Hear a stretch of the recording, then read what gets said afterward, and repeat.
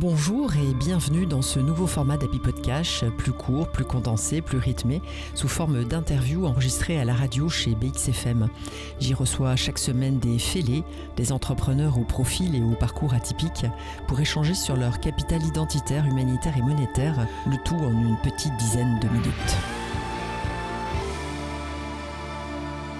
Et aujourd'hui, j'ai l'immense plaisir d'accueillir Delphine Thérien. Bonjour Delphine. Bonjour Valérie. Alors Delphine, vous êtes française, maman de 2 ados de 18 et 16 ans. Vous êtes une femme de challenge passionnée, une entrepreneure visionnaire et terrienne. Vous avez débuté dans les RH à Paris, mais votre cœur vous a emmené vers Bruxelles, où vous avez fait face à un premier challenge, le néerlandais. Le second est arrivé 6 mois plus tard avec un départ pour Shanghai, où vous avez travaillé pour un cabinet de chasse de tête. Puis vous devenez maman, vous êtes coachée, vous adorez ça et vous vous lancez dans le coaching à Shanghai avant de repartir pour les États-Unis. Bien décidé à vivre de votre passion, de cette nouvelle passion du coaching, vous suivez une formation et vous faites partie des premières Françaises à lancer votre business en ligne en 2011. Votre première cliente à Sydney vous fait réaliser que vous aimez connecter et aider les femmes un peu partout dans le monde. Vous revenez à Bruxelles, vous transformez votre société américaine en société belge pour autonomiser financièrement les femmes à travers le monde avec une équipe d'experts. Vous réinventez aussi au passage votre vie privée après une séparation. Alors Delphine, d'où viennent cette énergie, cette positivité, cette confiance qui vous font aborder ces fameux challenges avec tant de courage et de détermination ? Est-ce que vous avez grandi dans une culture de défi, d'indépendance pour expliquer tout ça ? Oui, on va dire que c'était une culture de défi parce que j'avais un papa qui était assez cadrant. Donc en fait, ma nature, je crois, m'a permis de sortir du cadre. Donc j'ai dû confronter mon papa pas mal de fois et au final il n'y avait pas d'incidence et il n'y avait même pas il ne me grondait même pas, donc au final je me dis tiens, finalement de sortir du cadre ça n'a pas trop de conséquences négatives, même voire au contraire, puisque au final quand je dépassais je désobéissais en fait, au final c'était positif parce que j'avais ce que je voulais. Donc ma nature et plutôt, c'est aussi ma nature, de voir plutôt le verre à moitié plein. J'ai aussi, petit à petit dans mon chemin, eu conscience que c'était bien de m'entourer de personnes qui pensaient comme moi, parce que évidemment, comme c'était pas le cas à la base, je pouvais douter d'être un peu bisounours, comme on entend parfois. Et évidemment, ce qui m'a beaucoup aidée sur mon chemin, c'est de faire un travail personnel, donc thérapie, développement personnel, pour comprendre qu'effectivement, c'est une capacité qui se développe. Et petit à petit aussi mettre un environnement même géographique, puisque les États-Unis m'ont énormément permis de le déployer et ensuite de pouvoir me dire de façon très alignée, je souhaite m'installer à Bruxelles. Après l'Asie, l'Orient, l'Occident, la capitale de l'Europe. Nous avons parlé de votre capital identitaire, de vos voyages. Je vous propose maintenant de mettre la lumière sur votre capital humanitaire, puisque vous avez créé Femmes de Challenge et vous proposez des accompagnements pour aider les femmes entrepreneurs à construire leur autonomie financière. Alors, est-ce que vous pouvez nous décrire le modèle, vos méthodes, vos outils ? Oui, alors déjà, ce que je veux dire, c'est que ce modèle, Femmes de Challenge, s'appuie vraiment sur une approche, donc je dirais cœur, corps, tête. Parce que trop souvent, la société nous a programmé, notre éducation à penser vraiment par la tête. C'est ce qui fait on se sent rarement légitime. Et en fait, ce modèle de femme d'entreprise femme de challenge, permet de créer son entreprise en certes déployant des compétences, parce que ces femmes, en fait, en ont plein, mais devenir entrepreneur, ça s'apprend. C'est un challenge. Voilà. Ensuite, dans mes programmes, en fait, il y a l'accompagnement pour la mise en application. Et bien sûr, elles vont être confrontées à des blocages, à des émotions fortes, puisqu'elles sortent de leur zone de référence. Donc c'est ce qui fait qu'il y a vraiment une structure, j'aime dire flexible, c'est-à-dire qu'il y a 3 années pour permettre le développement de l'entreprise. Donc le premier programme démarrage, puis il y a expansion, puis héritage. Il y aura même consolidation après démarrage. Et donc il y a du coaching individuel, des enseignements très concrets et évidemment travail en énergétique pour aller libérer tous les aspects émotionnels et croyances limitantes. Donc je ne suis pas seule, j'ai aussi toute une équipe d'expertes pour véritablement les amener en fait, tout en douceur, en bienveillance, le plus loin possible dans leur autonomie financière. Et ça se fait en individuel ? Alors en fait, c'est un mixte. Donc les accompagnements sont en ligne puisque j'ai une valeur liberté qui est très forte et mes clientes aussi. Comme vous l'avez dit, rassembler les femmes pour moi c'est une vraie joie.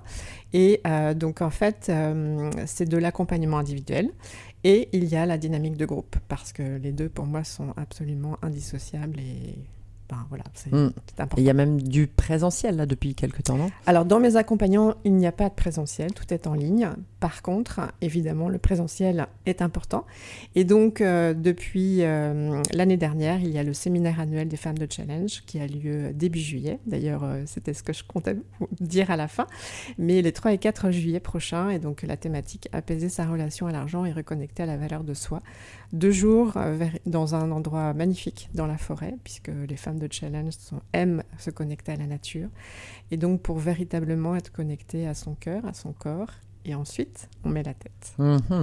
Et là, on est plutôt quand même avec des femmes qui sont en Europe, à minima, à Bruxelles, en France. Elles viennent de... En fait, elles peuvent venir de n'importe où, puisque mes clientes sont françaises ou belges, et elles peuvent habiter en France ou en Belgique, mais aussi à travers le monde. Donc, c'est la raison aussi qui fait que ce séminaire a lieu en juillet, puisqu'elles peuvent aussi revenir pour l'été. Bien donc, sûr. L'année dernière, par exemple, une femme est venue de Singapour. Waouh, voilà. Super, bravo. Nous abordons la dernière partie, le capital monétaire, qui est bien au centre en plus de cette proposition.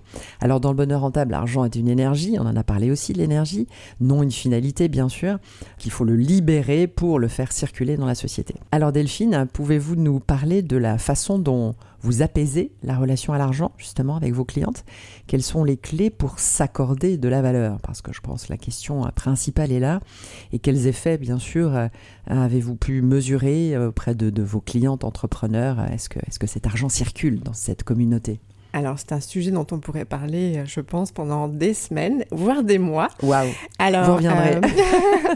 Ce qu'il faut savoir, enfin, ce que moi j'ai compris, c'est que l'argent a un lien très, très intime avec la valeur de ce qu'on s'accorde.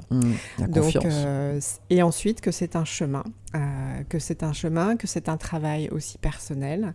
Donc, c'est encore beaucoup trop un sujet tabou pour les femmes entrepreneurs. Donc, il y a un conflit, en fait, puisqu'elles veulent vraiment être indépendantes financièrement. Et en même temps, ce sujet est encore tabou. Certaines femmes entrepreneurs n'osent même pas en parler. Donc, parce que émotionnellement, en fait, c'est difficile à confronter.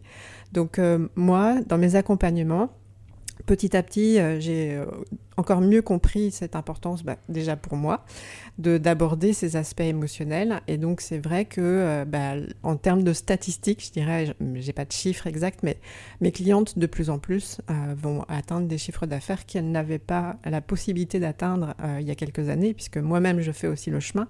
Et ça a eu un incidence sur la façon dont j'accompagne. Donc, accueillir les émotions de frustration, de honte, parce qu'elles ne gagnent pas assez ou qu'elles n'arrivent pas à faire les actions qu'elles savent qu'elles doivent faire avec la tête, mais le corps elles sont bloquées en fait. C'est pas qu'elles n'ont pas la capacité ni la compétence, elles l'ont. C'est juste que émotionnellement c'est trop difficile. Et donc d'avoir cette capacité à accueillir les émotions, c'est très important, et d'aller monter à la conscience qu'est-ce qui peut bloquer. Parce que ça peut être... moi, j'ai déjà eu des clientes dont le papa, par exemple, avait fait faillite. Évidemment, il y a une forme de loyauté. Bien sûr. Qui, déjà, si elle vient en conscience, c'est déjà la première étape pour s'en libérer. Donc voilà, il y a tout un travail qui, en fait, dure toute sa vie.